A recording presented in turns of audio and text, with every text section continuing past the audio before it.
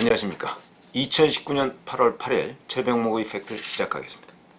오늘 말씀드릴 내용은 자유한국당발 빅텐트 과연 성공할 것인가, 성공한다면 언제쯤 가능할 것인가 하는 문제입니다. 어제 나경원 원내대표가 사실은 그 중앙일보 강찬호 논설위원과의 인터뷰에서 유승민 의원에 대한 러브콜을 했습니다. 보수가 통합하지 않으면 자유한국당의 미래는 없다, 이렇게 얘기한 겁니다. 물론 황교안 대표도 전에 그런 비슷한 얘기를 여러 번 한 적이 있습니다. 그런데 문제는 자, 고양이 목에 방울을 누가 다느냐, 이것이 문제입니다. 지금 현재 그 유승민 의원은 반응을 보이고 있죠.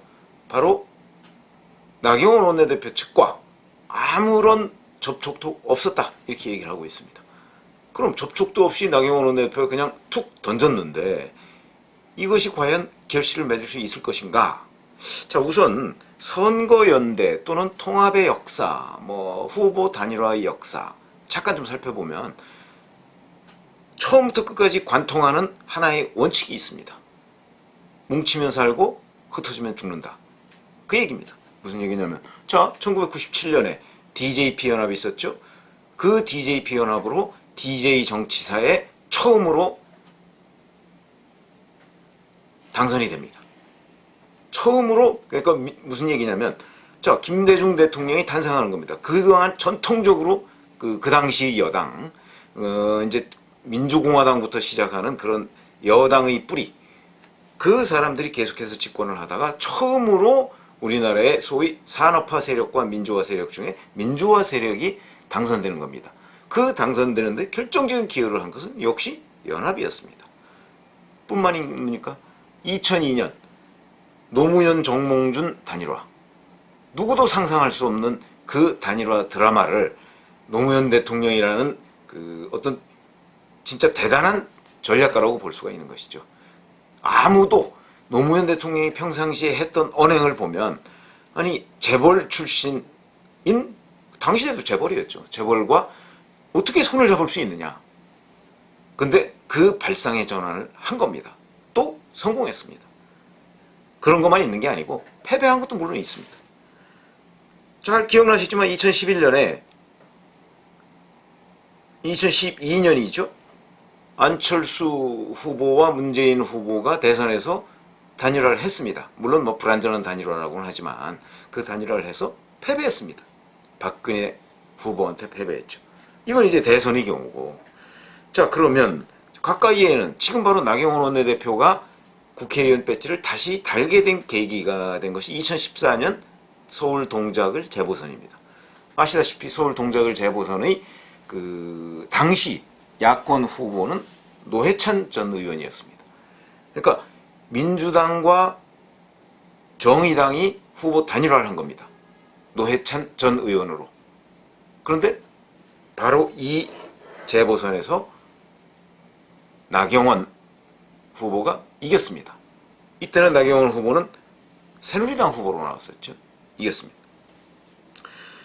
그리고 지난 총선이죠. 2016년 총선인데 이때 보면은 민주당과 국민의당이 곳곳에서 사실 중앙당 차원의 단일화는 없었습니다. 근데 자기들끼리 지역에서 단일화를 성사시킨 곳도 있고 성사시키지 못한 곳도 있습니다. 극명하게 승패가 갈렸죠. 단일화를 성사시킨 곳에서는 대부분 이겼습니다. 근데 단일화가 성사되지 않은 곳에서는 3파전으로 이루어졌겠죠. 당시 국민의당, 안철수 대표의 국민의당이 그 인기가 제법 있었기 때문에 국민의당이 당선된 곳도 있고 그렇지 않은 곳도 있었습니다. 특히 이제 호남 지역에서 있었고, 그렇지 않은 수도권 지역에서는 명백하게 3파전이라고 할 수는 없지만 대개 2강 1중 구도로 선거가 치러진 곳이 많은데, 그런 곳에서는 그 상당 부분 그 한국당 후보가 이겼습니다. 그러니까 결국 단일화 안에서 실패했다, 이런 얘기를 할 수가 있을 것입니다.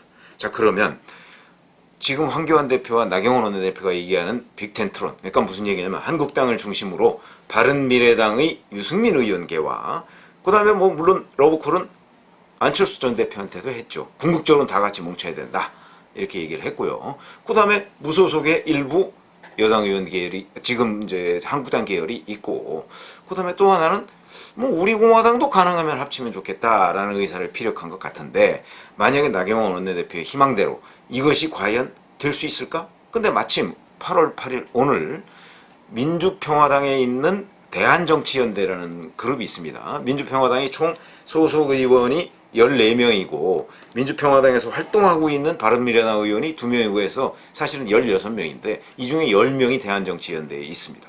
이 대한정치연대가 12일 날 탈당을 하겠다. 이렇게 지금 배수진을 쳐놓고 정동영 대표와 막바지 협상을 이어가고 있는데, 아마 정동영 대표, 이게 요구사항이 정동영 대표 물러나라는데 정동영 대표는 물러나지 않을 것입니다.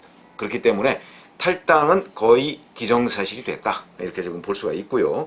그런데 이런 것들이 그러면 정치권의 해처모여를 촉발할 것이냐? 저는 지금 민주당의 그 대한정치연대가 뭐 10명 정도가 탈당한다고 그래서 정치판 전체가 흔들린다고는 생각하지 않습니다. 그럼 저 사람들은 왜 그러냐?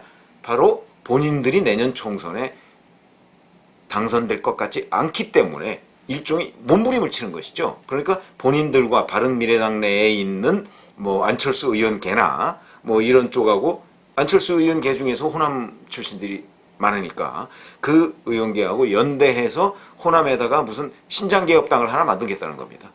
그렇게 하면 지금 현재의 민주평화당이나 바른미래당보다는 표를 더 많이 얻을 수 있지 않을까 하는 것들이 아마 그 사람들의 계산일 것이고, 자 그러면 한국당 같은 경우는, 한국당에 지금 그 들리는 얘기에 의하면 TK, 대구 경북은 뭐 한국당이 확실하다고 지금 얘기하고 있는 거 아닙니까? 그러다 보니까 대구 경북은 그 우리 흔히 인터넷 용어로 박터지게 후보가 몰려들고 있다고 합니다.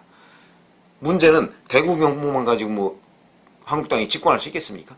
그리고 대구 경북 가지고서 무슨 과반에 육박하는 의석을 얻는다는 건 뭐 말이 안 되는 거기 때문에, 그럼 한국당은 대구 경북은 이미 자기들 것으로 확보를 해놨고, 그럼 이제 그 다음에 문제는 수도권을 어떻게 공략하느냐 하는 문제인데, 만약에 수도권에서 바른미래당 후보와 그 다음에 우리공화당 후보와 한국당 후보가 나온다면, 잘 아시지만 우리공화당 후보는 뭐 대략 지난번 창원 성산의 경우 또는 그 통영고성의 경우를 보면 대략 1 내지 3% 정도는 가져갈 것으로 보입니다. 이게 이제 과거 개념으로 따지면 그 골수친박이죠.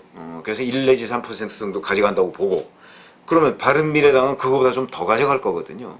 이렇게 된다면 한국당 후보가 수도권에서 몇 퍼센트, 한 뭐 대략 우리가 이제 평균적으로 내본다면 한 5% 정도를, 그 5% 정도의 보수표를 빼앗긴다면, 그렇잖아도 수도권에서 한국당 후보들이 열세를 보이고 있는 데가 아주 많은데 과연 당선되겠느냐? 불가능이죠.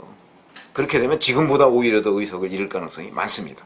그렇기 때문에 나경원 원내대표와 황교안 대표가 이런 식의 러브콜과 구도 짜기에 나섰다고 보여지는데, 문제는 과거 한국 정치사를 보면 과연 그 이런 식의 선거연대나 또는 그 해처모여가 이런 공개적으로 뭐 어디 신문에 인터뷰해서 우리 이렇게 합시다라고 해서 이루어지는 경우는 없습니다. 무슨 얘기냐면요, 여기에는 반드시 비밀스러운 대화가 필요합니다. 그러니까 무슨 얘기냐면, 지금 이 시점에 선거 지금 8개월 정도 남았죠. 이 시점에는 반드시 황교안 대표가, 그것도 또 황교안 대표가 해야 되는 일이에요. 원내대표보다는. 그러니까 황교안 대표가 밀사를 보내는 겁니다. 유승민 의원과 또 안철수 전 대표와 이런 쪽에, 또는 뭐 조원진 우리공화당 대표도 뭐 좋습니다. 밀사를 보내서, 자 우리가 이렇게 하려고 하는데, 우리가 빅텐트를 치려고 하는데 너희들이 들어와라, 아니면 들어올 경우에 조건이 뭐냐, 한번 협상을 해보자, 얘기를 해보자, 이렇게 해야 되는 겁니다.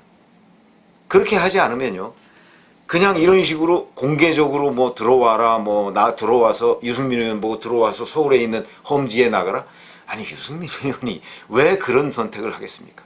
할 리가 없죠. 제가 유승민 의원이라도 하지 않습니다. 그러면 유승민 의원한테 뭔가 이 카드를 던져야 됩니다. 이런 카드들은 공개적으로 하기가 굉장히 민망할 때가 많습니다. 그렇기 때문에 여기에 반드시 밀사가 필요하다. 그 밀사를 지금 누군가가 자임하거나 아니면 황교안 대표가 지명을 했을까? 지금 현재 제가 취재해 본 바로는 그 지명한 바 없습니다.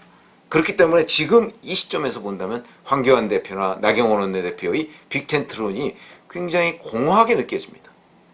그러면 그렇다고 해서 빅텐트론 완전히 물 건너갔느냐? 그렇지는 않습니다. 왜 지금 바른미래당과 우리공화당 같은 곳이 이렇게 망설이고 있느냐 하는 부분은요. 아직 8개월씩이나 남았다는 것이 제일 큰 요인입니다. 무슨 얘기냐면 선거의 판세라는 것은 쉽게 바뀝니다. 우리가 잘 기억하시다시피 2016년 1월 달까지만 해도 김무성 대표가 180석 될 것을 걱정하고 있었습니다. 불과 3개월 뒤에 선거가 치러졌죠. 과반 실패했습니다. 제1당도 실패했습니다. 이런 게 바로 선거판이기 때문에 8개월 남았다는 것은 제법 많이 남았다고 할 수가 있는 거죠. 지금 의원들 기준으로 따지면. 그러면 이 사람들이 아니 앞으로 무슨 일이, 더군다나 연동형 비례대표제로의 선거법 개정안이 지금 패스트트랙을 타고 흘러가고 있습니다. 자, 이 문제가 어떻게 되느냐는 것이 또 굉장히 중요한 변수가 됩니다. 그렇기 때문에 연동형 비례대표제 이거 과정 한번 보고 그 다음에 또 하나 제일 중요한 변수가 문재인 대통령의 지지율입니다. 문재인 대통령의 지지율이 지금 40%대 중반을 유지하고 있죠. 만약에 올 연말쯤 가서도 40%대 중반을 유지하고 있다면 저는 반문연대가 될 가능성이 매우 높다 이렇게 생각을 합니다. 그게 왜 그러냐면 누구도 문재인 대통령과 3파전 그러니까 문재인 대통령의 민주당과 3파전으로 붙어가지고서는 승리할 가능성이 전무하다 이런 판단이 내려지면 그럼 안 되겠다. 우리도 단일 후보를 내야 되겠다. 그게 우리가 사는 길이다 라고 판단할 텐데 만약에 문재인 대통령의 지지율이 40% 이하로 쭉 내려갔다 그러면 오히려 반문연대가 될 가능성이 희박해집니다. 그건 무슨 얘기냐면 반문연대를 안 해도 예를 들어서 바른미래당에서 아니야 우리도 3파전 지금 문 대통령 지지율 40%도 안 되는데 우리가 3파전 해도 이길 수 있어 이런 희망을 갖게 되는 거죠. 그렇게 되면 바른미래당 후보들의 몸값이 더 올라갈 수가 있고 그런 차원에서 본다면 자유한국당과 합칠 이유가 또는 선거연대를 할 이유가 굳이 없습니다. 이것이 두 번째 변수고요. 그럼 시기는 언제쯤 가능하냐? 저는 지금 군부를 떼고 있지만 가능한 시기는 역시 정기국회가 끝나야 된다. 이번 정기국회는 12월까지 안 가고 아마 11월 한 중반 정도면 끝날 가능성이 아주 높습니다. 왜 그러냐면 내년 선거에 있기 때문에 내년 선거를 앞두고 정기국회를 좀 단축해서 운영을 할 것이고 그렇게 되면 곧바로 이제 정치권의 해처 모여가 카운트다운에 들어갈 겁니다. 그러면 그때 가서 하지.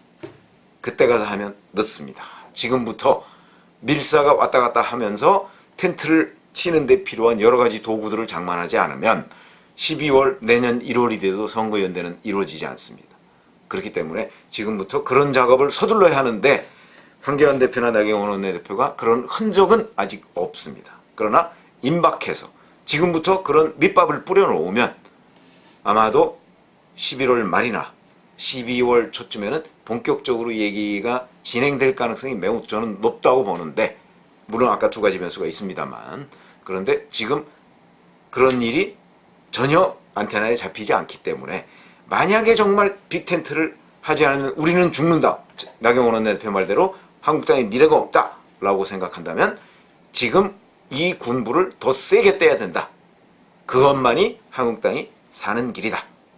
이렇게 생각합니다. 감사합니다.